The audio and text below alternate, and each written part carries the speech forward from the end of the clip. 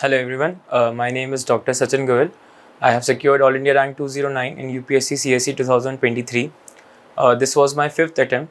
I am here to share my journey with you guys, of my UPSC journey with you guys. I would first begin my this story by telling you how I started. I got motivated to study for this exam. Since I am a doctor, I was in regular touch with people throughout my MBBS career, and there were some postings in my MBBS career in which I visited many urban slums and rural areas in this country, where at these places we used to create health camps where people used to come to us with their diseases and our seniors would prescribe medicines to them.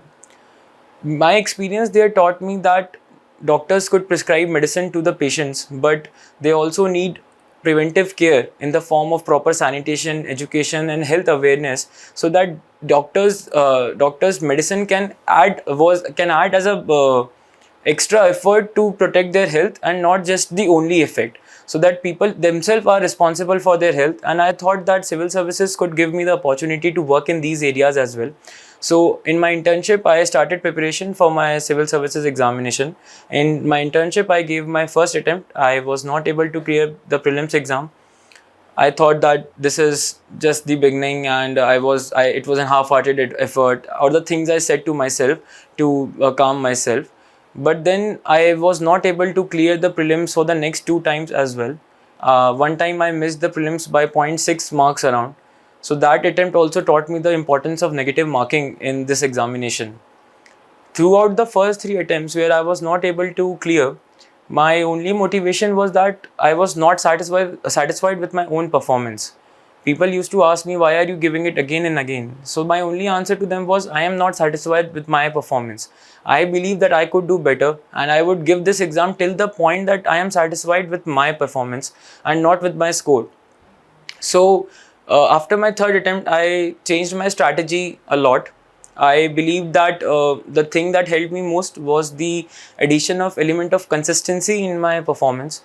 I realized after three attempts that it's not a small sprint, it's a marathon. I can't just study for 2, 3, 4 months before the prelims and hope to clear it. I need to give it a complete dedicated time to prelims preparation, mains preparation, and interview preparation. So after my third attempt, I made sure that there are no 0 days in my preparation. Even if I will study for like half an hour a day, but I will study. This ensures that the flow that I have created is maintained and my momentum does not break. This helped me in increasing my performance a lot. Other than that, I for the first time realized the importance of giving mock tests of various coachings and other things. So I started practicing the questions more and more and more. The prelims was being a hurdle for me in my journey, so I focused solely on the prelims in after the third attempt. And during that attempt, I solved almost 100 questions daily for 2 to 3 months, and that thing I believe was the game changer for me in prelims, and that could be beneficial to other people as well. So for prelims, I realized that the amount of time I spent on questions is the most productive time of my preparation. After I was not able to clear the mains exam that year, it was very disheartening for me, and I thought that maybe I was not a cutout for this examination. But something inside me pushed me, saying that this is not my best attempt. So I told to myself that I'll give this exam one more time and give my best performance so far. So for my fifth attempt, I became more serious. I used to record my hours every day so that I could maintain a record and I could compare my record with myself, that how many hours I am putting in and how much I can improve in a year. So every month I used to compare that this month if I have given so and so hours, next month I should give more and more hours to that. And with this also helped me a lot. For the next mains, for the next time I again cleared the prelims. Mains was a challenge because now the mains phobia was there. So I devoted myself completely to the mains preparation along with my optional preparation. Since my optional was medical science, it was a very time consuming subject. I was lucky that because of my consistency, I had with myself notes available for my optional as well as my GS for this mains attempt. And with this armor in my hand, I started writing. I started answer writing also, and with this, I was able to give mains and secure good marks. Then when I was able to clear mains, the interview was a new thing for me, and at this stage you tend to get a little nervous that this is my fifth attempt and it is for the first time that I'm giving the interview. But trust me, interview is the most enriching experience of the whole process, because this is the stage where you are able to think about yourself. What do you like? What do you dislike? What are your personal opinions on various things that are happening in the country? We study, we memorize, we mark answers, we write answers, but this is the stage where we introspect. We realize the importance of the current events that are happening and how they affect us in real life. So interview process, since my interview, I got almost 3 months for my interview preparation. It was a good amount of time, and I was able to give a lot of time for this process. And this was the most enriching experience, enriching 3 months of my whole preparation. After my interview was over, it was obviously just like any other candidate. It was a very anxious time till the results came, and finally the results came, and I had a very positive result, and I'm very happy for that. And I wish that anyone who is watching this video gets to experience this journey the way I did, and gets to experience the end as well the way I did. So I would also like to share some of my strategies that I followed during this UPSC journey. Starting from prelims, I believe that the best way to prepare for prelims is just to remember one line, that practice and revision is the key for prelims cracking. No matter the material, the market is flooded with a lot of resources and materials. You don't have to indulge yourself in every resource that is available on the market. Stick to your standard sources, whichever you have chosen for yourself. Have faith in yourself that the books that you have chosen are of good quality and have good content in them. Stick to those one or two resources, revise them multiple times. Revision is such an important thing in this prelims, and considering the change in pattern that has happened over the last 1 year or 2 years, they are not checking your depth, your vastness of knowledge. They are checking whether you are more confident about the things that you know. So if you are confident about the things that you know, you will answer those 1 only, 2 only, 3 only type questions very easily. So I believe revision has become more and more important in this exam.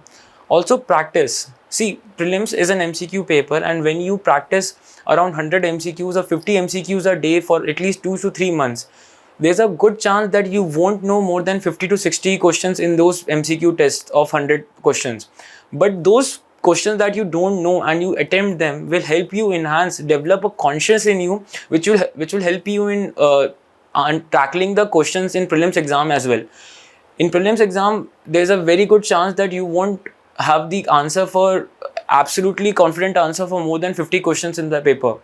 But you can't clear the exam with those 50 questions only. You have to attempt some more questions. So what those questions, for increasing those attempts, that conscious that you have developed during those practice sessions will help you, and will help you guide through the hurdle of prelims exam. This is one thing that I changed in my preparation, which helped me crack the prelims after third attempt. So this is about the prelims.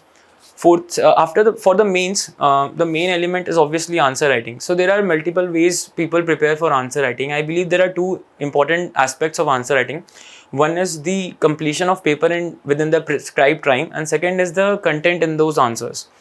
So since I had a medical background and my colleges used to have the similar 3 hours paper in which we have to write a lot of stuff, so I had a practice of writing fast and completing the paper. So when I actually started my answer writing, I did not actually practice my answer writing very much. I almost wrote the first formal mock after I got selected in prelims in my fourth attempt. So that was a very, I must not say it was a very bold move from my side, but actually it helped me. So I should say that. But in that first attempt, I got to know that I was able to complete the paper in the prescribed time. I was able to write fast. So time completion was not an issue for me personally, but my issue was lack of content. I had a very poor content at that time. So for the next 2-3 months, I focused on increasing the content of my answers and how I could increase 1 or 2 marks in every question in every paper. So you have to write a lot of mocks. I believe that this is my personal opinion, that writing a 3 hours mock is any day better than writing half an hour daily or 1 hour daily. Because sometimes when we write a paper, in the beginning of the paper we might be a little slow, but sometimes we catch up, we increase our speed during the later half, and we eventually complete the paper. This used to happen with me. So I gave around 20 to 25 mocks between the prelims and mains paper, including the mocks that I gave for my optional subject. And I believe that considering that I was able to complete my paper on time, those were sufficient for me. This could vary from person to person, and you should uh, see for yourself that which is the area that in which you are lacking. If you are not able to complete the paper in time, you have to give more papers, you have to give more and more answer writing practice, so that you could have the speed and the consistency in writing those answers. If you lack in the content form, you should know that your content is missing, and you should focus on that specific content and add it in your answers. This will help you a lot.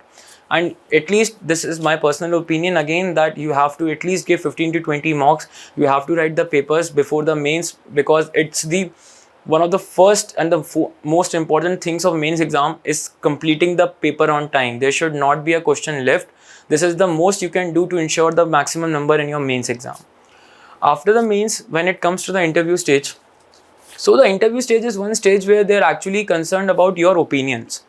They are not asking about pros and cons of a bill or anything. They are asking about what do you think and how do you think this thing will affect you in your life or in your profession. So for that, I recommend reading at least 2 newspapers. I used to read the Indian Express and the Times of India. So reading these 2 newspapers will help you build a storyline, a timeline of events that are happening in the nation and in the international affairs as well. So when you sit in front of the interview board, you are a very well aware person, because you are updated till the very same day. You know how events have progressed and how their results are being in front of people. So you are able to make a very updated opinion, and that is what they look for. They are not testing their knowledge. They have tested your knowledge in mains and prelims part. They are testing what opinions do you have on things like that. In my interview specifically, like, they asked me about artificial intelligence and medicine. Since I am a doctor, they asked me whether artificial intelligence could replace doctors. So they were not hoping that I would tell them the specific technicalities of artificial intelligence. They were just hoping, what do you think about a new technology which has come, and what do you think are its effects on the life of various professions. So these are the kinds of questions that they expect you to answer in the interview, and for that it is very important that you stay updated. Also, it is the stage where you get a time for introspection.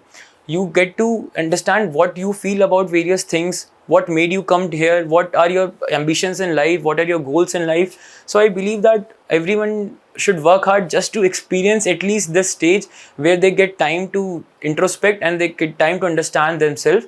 And I believe after the interview, it's the time for celebration. I hope that this phase comes in your life as well. Thank you.